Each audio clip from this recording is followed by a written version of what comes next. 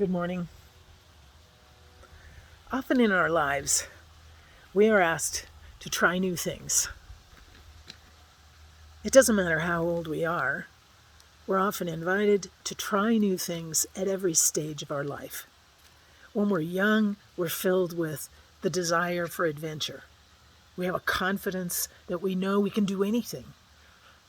Often, the older we get, we're a little more cynical. We have a little more experience under our belts, and we realize that life may be an adventure, but there are pitfalls as well. And we've probably stepped into more than one, made mistakes, made choices we wish we hadn't made, and not made decisions about our lives that could have had huge changes, effects on who we are. When we think about the invitations before us, the opportunities for growth, the choices that we can make, what is that thing that stops us from doing it? I know for me, it's often fear. What if I don't do it well?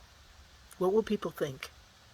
What if I do it in such a way that someone's going to have to sweep up after me?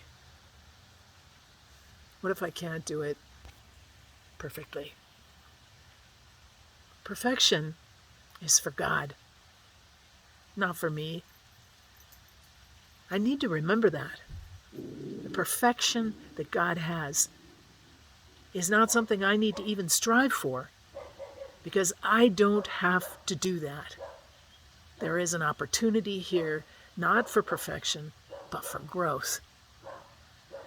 How many doors have you and I stood before in our lives, anxious about walking over the threshold and trying something new?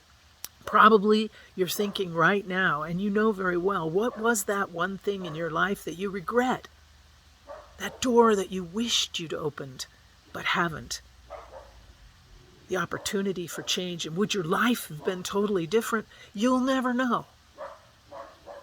So what's the opportunity for you now? Instead of lamenting that for the rest of your days, pinpoint the fear. What was at the heart of why you said no?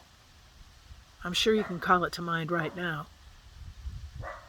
And then identifying that, just know that this is not the last time you'll be invited to step toward that fear. There is something today, a promise today and tomorrow, that asks you to move toward that same fear. God wants you to feel good and grow, and you also to feel like the invitation there meets you where you are now. So instead of waiting to do it perfectly, put your finger on the fear. Identify what it is that holds you back and give it wings. Give it wings. Don't let it hold you back. Turn the knob on those doors. Open the door. Take a deep breath.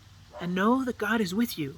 Just like God was with Jesus when he was on his knees in the garden going, please, there's got to be another way. God was present.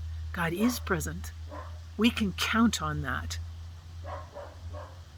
Put your finger on the fear. You're a new person. You're not the same as you were that many years ago. Have courage. Have faith in yourself. And give your faith, give your fear wings.